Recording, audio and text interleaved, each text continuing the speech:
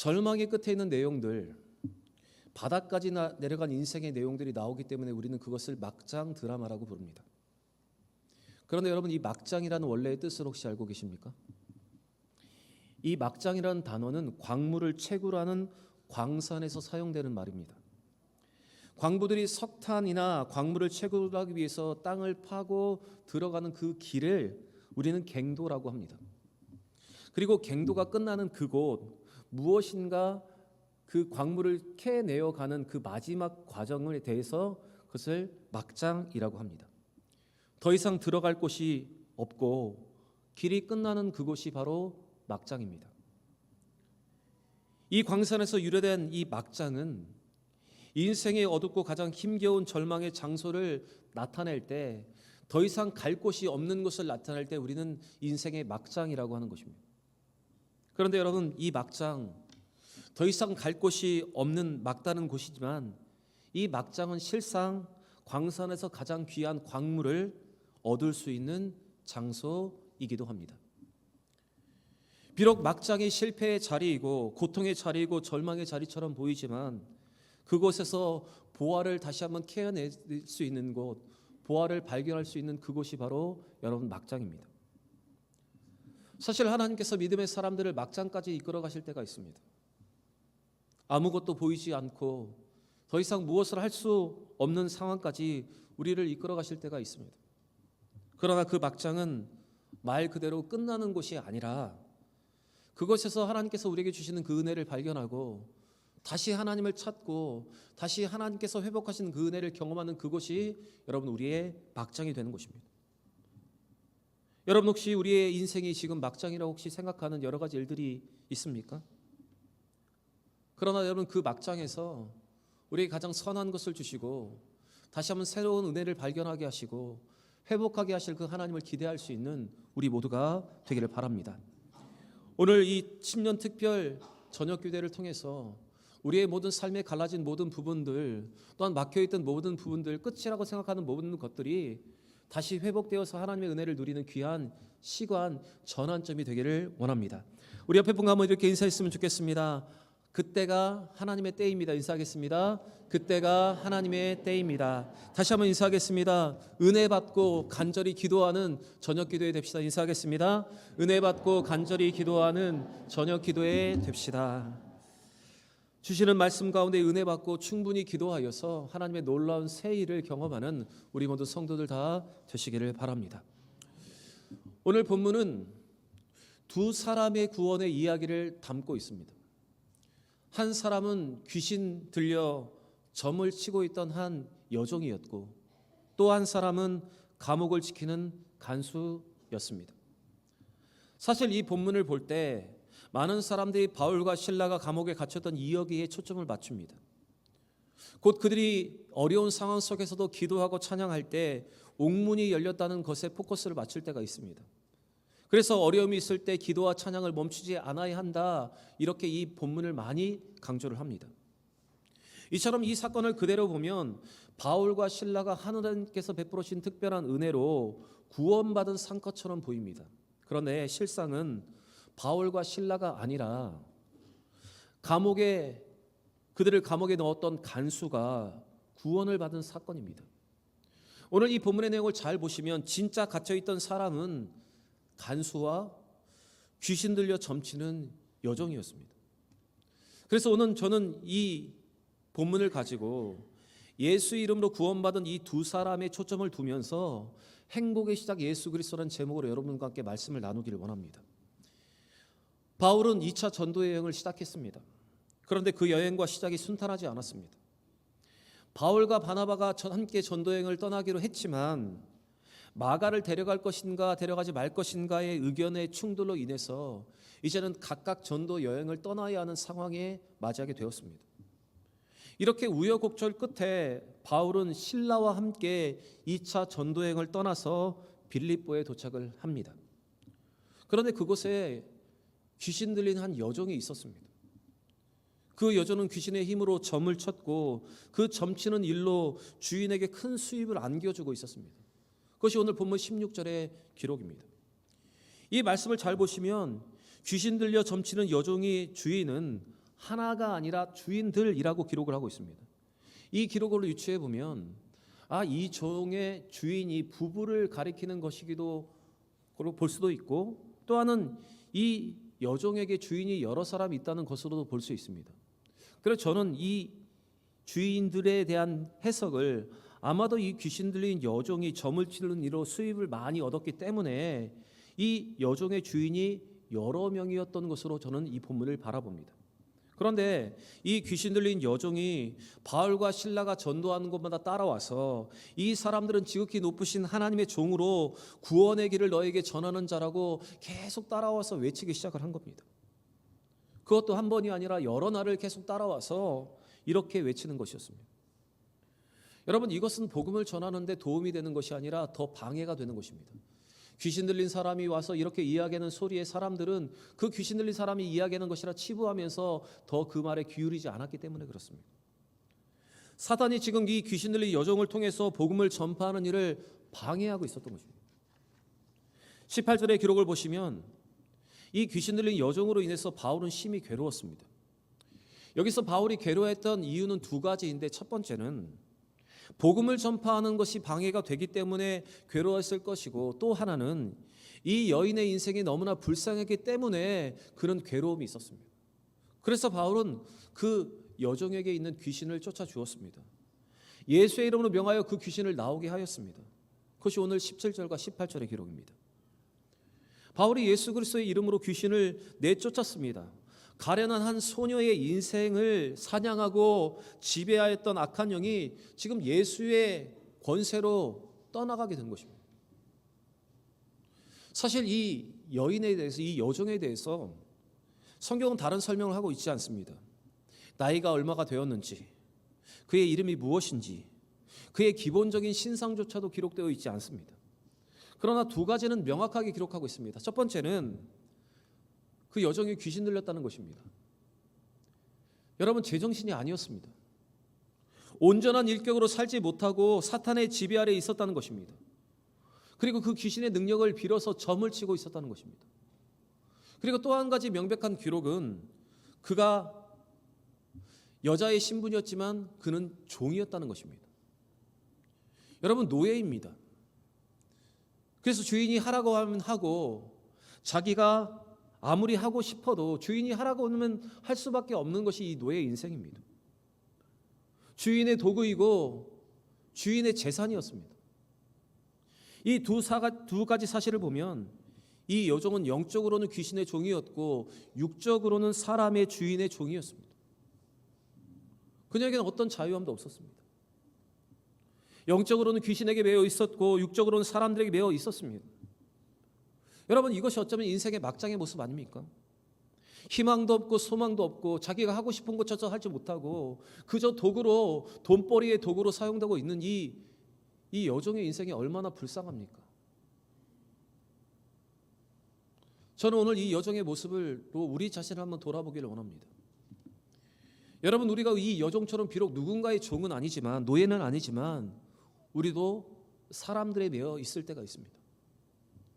그리고 악한 영에 매여서 살고 있는지도 모릅니다. 교회는 다니고 예수를 믿는다고 말하고 있지만 아직도 사람에게 매여 있고 악한 영에 매여 살아가는 우리의 연약한 모습이 어쩌면 이 여종의 모습과도 같을지도 모릅니다. 그렇다면 여러분, 이 매인 것에서 노임을 받아야 우리는 참 자유를 얻을 수 있습니다. 그 매인 것에서 노임을 받아야 우리는 참 자유를 누릴 수가 있는 것입니다. 그런데 여러분, 우리가 자유를 누릴 수 있는 유일한 길은 예수 그리스도밖에 없습니다. 그래서 오늘 본문은 정확하게 이 본문을 이렇게 기록을 하고 있습니다. 18절 말씀을 보시면 그 귀신에게 이르되 예수의 그리스도의 이름으로 내게 명하노니 그에게서 나오라 하니 귀신이 즉시 나오니라. 여러분, 악한 영의 매임에서 노임을 얻을 수 있는 것, 사람에게 매여서 노임을 받을 수 있는 유일한 길은 예수 그리스도 한 분밖에 없습니다. 여러분, 이 족에게 있었던 귀신은 예수 그리스도의 이름으로 떠나가게 되었습니다. 이제 그래서 이 종은 자유함을 얻었습니다. 그 뒤에 이 여종이 어떻게 되었는지 정확한 기록은 없습니다. 그러나 이 내용으로 잘 생각을 해보면 그 여인은 먼저 귀신에게서 노임을 받아서 자유함을 얻었습니다. 그리고 이 일로 인해서 더 이상 점을 칠 수 없게 되었기 때문에 그 주인들에게서도 노임을 받게 되었을 것입니다. 그리고 이 일로 인해서 복음서와 같이 예수 그리스도를 영접하고 빌립보 교회의 자주장사였던 이 루디아와 또한 간수의 가족들과 함께 이 빌립보 교회의 중요한 일원이 되었을 것입니다. 여러분, 이 귀신, 이 여종의 모습에서 알 수 있듯이 하나님 없는 영혼은 마치 집이 비어 있는 것 같은 상태를 말하는 것입니다. 그래서 비어 있는 집과 같이 되어서 하나님이 없는 인생에는 악한 영이 들어오게 되어 있는 것입니다. 하나님을 섬겨야 할 영혼이 하나님을 제대로 섬기지 않을 때 악한 영들에게 이렇게 사로잡게 되는 것입니다. 여러분, 그래서 우리 영혼의 진공 상태가 존재하지 않습니다. 세상 사람들 만나보면 저에게 가끔 이렇게 얘기합니다. 나는 하나님도 안 믿고 나는 다른 어떤 것도 섬기지 않는다. 그런데 여러분, 이것은 착각입니다. 왜냐하면 중립 상태의 영혼은 없기 때문에 그렇습니다. 인간은 무엇인가 의존하며 무엇인가를 채우며 살아가는 존재입니다. 무엇인가 계속해서 우리의 영혼을 채우려고 하고 우리의 영혼에 들어오려고 하는 것입니다. 그래서 우리의 영혼에 하나님이 없게 되면 여러분, 우리는 우상을 섬길 수 있는 가능성이 높아집니다. 우리의 영혼이 예수로 차지 않고 성령으로 차지 않으면 다른 악한 영이 우리의 영혼에 들어오게 되는 것입니다. 누가복음 11장의 말씀을 보시면 예수님께서는 이렇게 말씀을 하십니다. 더러운 귀신을 예수님께서 쫓아주셨습니다. 그렇게 나온 귀신이 돌아다니다가 이제 들어갈 곳이 없게 되자 처음 나왔던 그 사람에게로 다시 들어가고자 했습니다. 그런데 막상 가보니 그 사람이 깨끗하게 되어서 청소가 되어서 이제 들어갈 수가 없게 되었습니다. 그래서 그 귀신이 어떻게 했냐 하면 자기보다 강한 귀신 7을 데려다가 함께 그 사람에게 들어가게 되었습니다. 그래서 그 사람이 이전보다 더 악한 귀신의 지배를 받게 되었다. 예수님께 이렇게 말씀하십니다. 여러분, 이 말씀의 뜻이 무엇입니까? 하나님으로 채워지지 않고 예수로 채워지지 않으면 비록 그가 깨끗하게 되어 있다 하더라도 더 악한 영이 그에게로 들어갈 수밖에 없게 된다는 것입니다. 그래서 우리의 영혼이 무엇인가로 가득 채워 있어야 여러분 악한 영이 존재할 수 없게 되는데, 그것이 바로 우리는 하나님으로 충만하고 예수로 충만하고 성령으로 충만해야 악한 영들이 우리의 가운데 들어오지 못하게 되는 것입니다.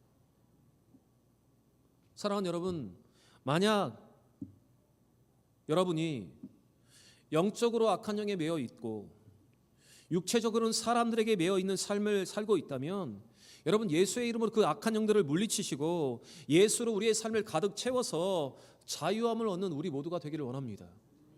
여러분, 세상에 어떤 자유함이 있습니까? 조금 가지면 더 많이 갖고 싶고 더 편한 것을 누리면 더 많은 편한 것을 누리고 싶은 것이 우리의 인생입니다. 그런데 여러분, 이렇게 만족함이 없는 우리의 인생에 예수 그리스도가 들어오게 되면 그것이 우리의 만족함이 되고 그것이 우리의 자유함이 될 뿐만 아니라 그것이 우리의 행복의 시작이 되는 것입니다.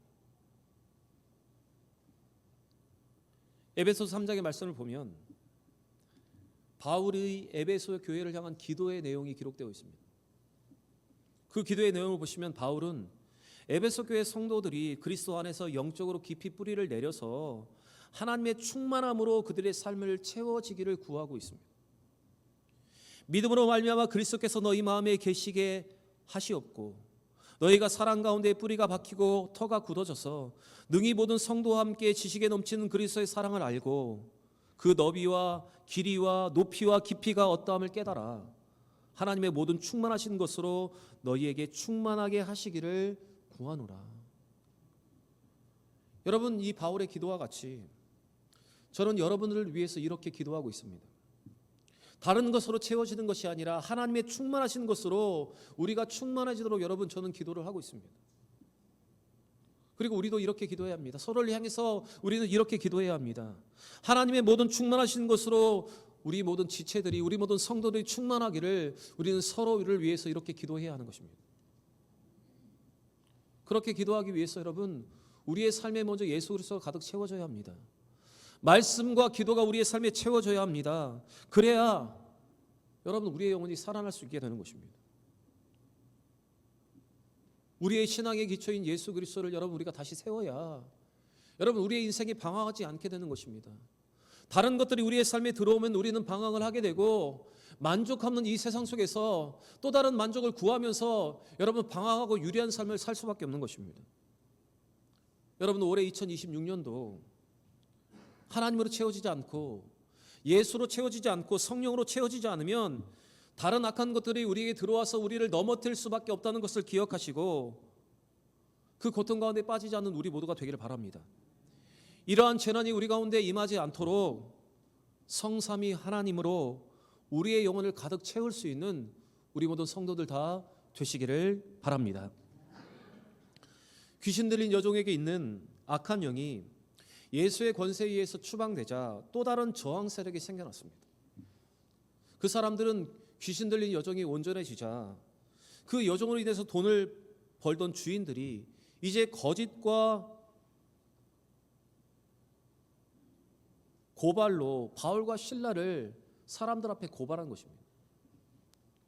그것이 19절과 21절의 말씀입니다. 제가 20절과 21절의 말씀을 읽겠습니다. 상관을 앞에 데리고 가서 말하되 이 사람들이 유대인인데 우리 성을 심히 요란하게 하여 로마 사람인 우리가 받지도 못하고 행하지도 못할 풍속을 전한다 하거늘. 여러분, 그 여종의 주인들은 교묘한 말로 인종적인 편견으로 접근하여서 지역 감정을 불러일으키고 명백한 거짓말로 이 바울과 실라를 모함하고 있습니다. 그리고 그 사람들의 주장만 듣고 빌립보의 관리들은 전후 사정과 변론할 기회를 주지 않고 바울과 실라의 옷을 찢어 벗기고 매로 친 후에 옥에 가두었습니다. 그것이 22절과 23절의 기록입니다. 여러분, 이 빌립보라는 도시의 모습을 한번 보시기 바랍니다. 한 영혼이 귀신에게서 노임을 받았는데 그것보다 더 자기의 손해를 먼저 따지고 있습니다. 그리고 그 손해에 대해서 거짓으로 고발하여 매를 맞게 하고 감옥에 가게 하고 있습니다. 거짓말이 넘치는 도시입니다. 또 거짓된 정보에 쉽게 넘어가는 관리들의 모습을 보시기 바랍니다. 그들은 비겁하고 비양심적인 지도자들을 입었습니다. 군중 심리에 빠져서 중심을 잡지 못하는 지도자들이었습니다. 마치 예수님께 고난과 순환 그리고 십자가로 가는 과정을 그대로 보는 것처럼 보여집니다. 빌립보는 성공을 향한 인간의 욕망이 만든 도시였습니다. 그리고 그들은 사람보다 돈이 먼저였습니다. 인간의 생명과 가치와 존엄성보다 자신들의 눈에 보이는 이익과 돈과 탐욕을 따라가는 사람들이었습니다. 여러분, 우리가 살아가는 이 세상을 한번 보시기 바랍니다. 빌립보라는 도시와 별반 다르지 않습니다. 악한 영들이 가득한 세상입니다. 복음의 전파와 복음의 역사를 왜곡하는 세상입니다. 거짓이 난무하고 지도자들조차 중심을 잡지 못하는 우리는 이 세상 속에 살아가고 있습니다. 그런데 만약 여러분 빌립보에서 있었던 이 일로 말미암아서 바울과 실라가 감옥에 갇히는 일로 이 모든 것이 끝났다면 희망이 없을 것입니다. 그러나 하나님께서는 그 왜곡된 악한 영들에 사로잡혀 있는 그곳에 복음이 선포되게 하셨습니다. 그리고 그 복음의 열매를 맺게 하셨습니다. 마치 예수님께서 모든 왜곡과 거짓과 불의를 이기시고 부활하신 것처럼 하나님께서는 이 바울과 실라에게도 놀라운 역사를 보이셨습니다. 거짓이 난무하고 희망이 보이지 않는 그곳에 복음이 전파되게 하시고 복음의 꽃을 피워주셨습니다. 바울과 실라는 억울하게 감옥에 갇혔습니다. 그런데 그곳에서 두 사람은 기도하며 찬양을 했습니다. 우리 24절과 25절의 말씀 같이 한번 읽어보겠습니다.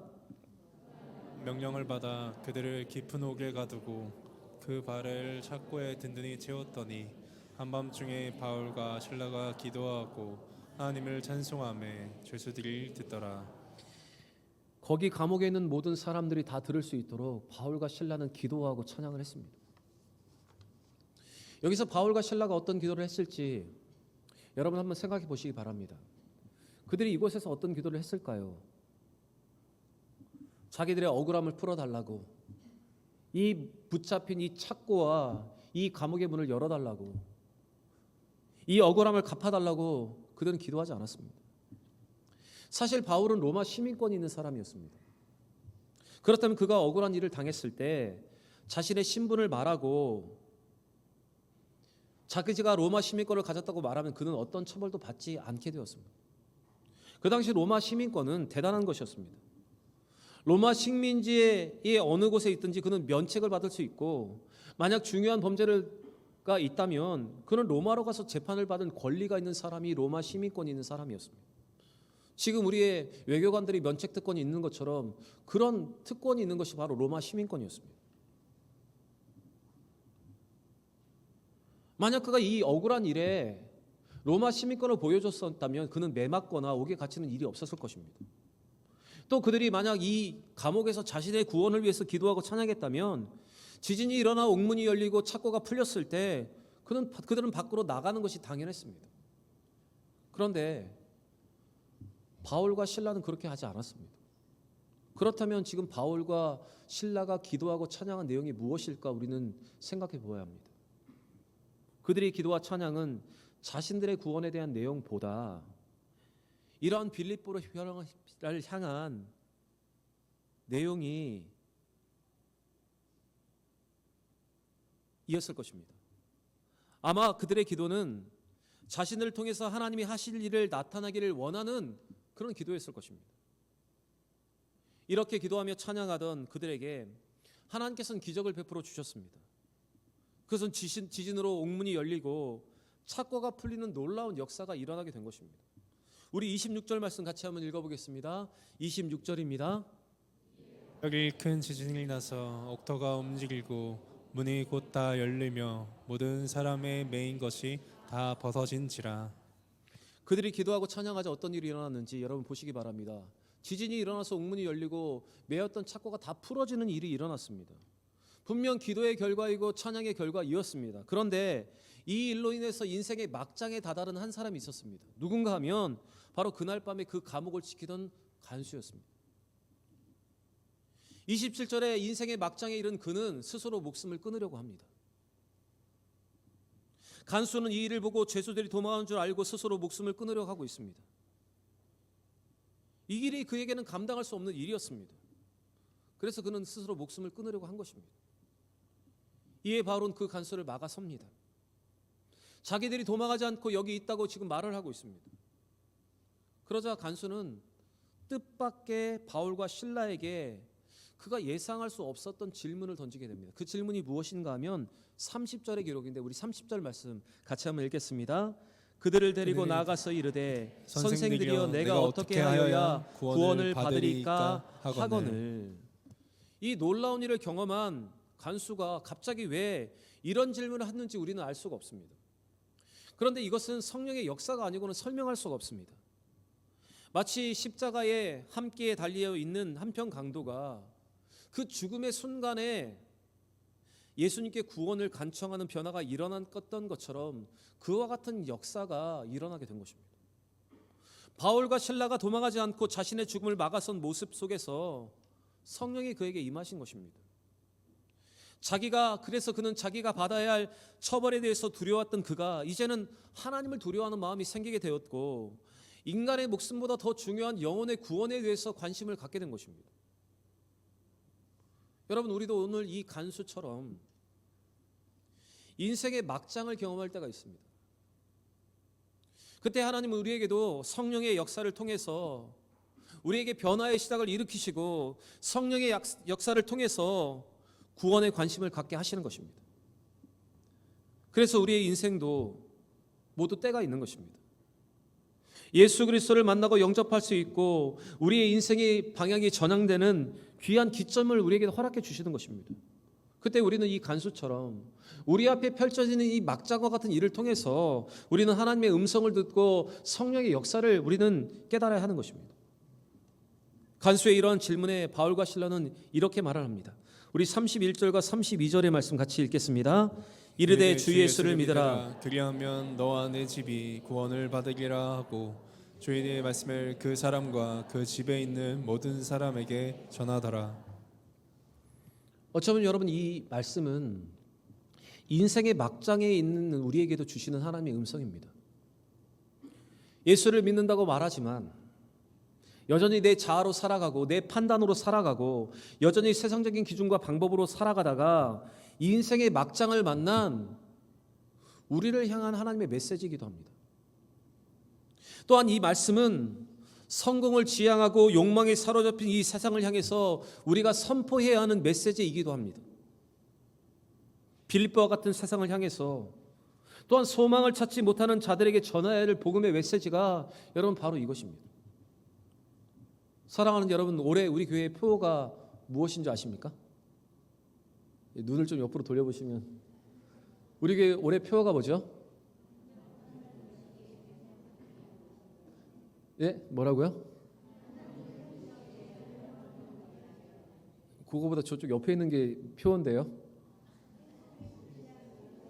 행복의 시작 예수 그리스도가 우리 교회 표어고 실천 표어는 하나님을 기쁘시게 한 영혼을 귀하게입니다. 벌써 몇 년째 이렇게 표어가 가고 있는데 어떤 것이 우리 교회 표어인지 여러분 정확하게 기억하시기 바랍니다. 행복의 시작 예수 그리스도, 그리고 한 영혼을 귀하게, 하나님을 기쁘시게.